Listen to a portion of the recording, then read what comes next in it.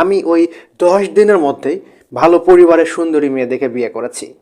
যে কারণ আমার কাছে একটা সরকারি চাকরি রয়েছে। আর যখনই তারা শুনেছে আমি প্রাইমারিতে এবার সিলেক্টেড হয়েছি, আমার সরকারি চাকরি হয়েছে, আমাকে সেই পরিবারের জামাই হিসেবে মেনে নিতে তাদের কষ্ট হয়নি। তারা খুব হাসি খুশিভাবে ধুমধাম করে আমাকে তাদের জামাই হিসেবে মেনে নিয়েছে। এখন চাকরি গেছে যাক, আমি তো বিয়ে করতে পেরেছি, আমার একটা সুন্দরী বউ আছে।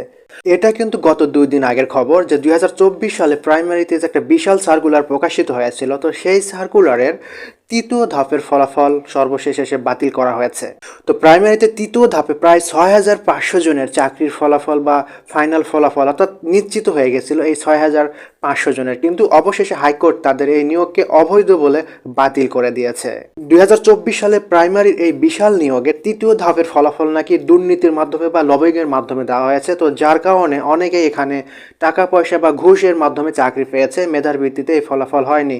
তো অনেকে হয়তো 15 লাখ বা 20 লাখ টাকা ঘুষ দিয়ে প্রাইমারির এই সহকারী শিক্ষক পদের চাকরিটা নিয়েছেন।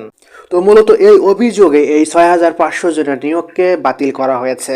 এখন আমার যেসব ভাই এবং বোনেরা, যারা সবাই তো আর না, হয়তো কিছু সংখ্যক এই অবৈধভাবে বা লবিং করে বা 15 বা 20 লাখ 25 লাখ টাকা ঘুষ দিয়ে প্রাইমারিতে সহকারী শিক্ষক পদে চাকরিটা নিয়েছে, তাদের এখন কি অবস্থা হবে?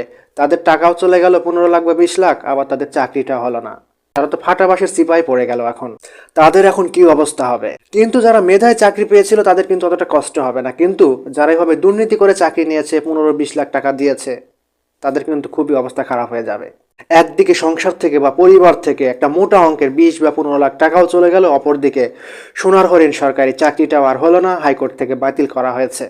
বাঁশ যখন আসে তখন নাকি চারিদিক থেকে আসে। তো আমরা এই সার্কুলারের এই নিয়োগ সংক্রান্ত বাতিলের এই খবরটি দেখে বুঝতে পারি, তো যারা লবিং করে সত্যি চাকরি নিয়েছে তাদের কিন্তু একটা বড় ধরনের বাঁশ হবে। তাদের চাকরি হচ্ছে না, তারা মোটা অঙ্কের টাকা আর ফেরত পাবে না।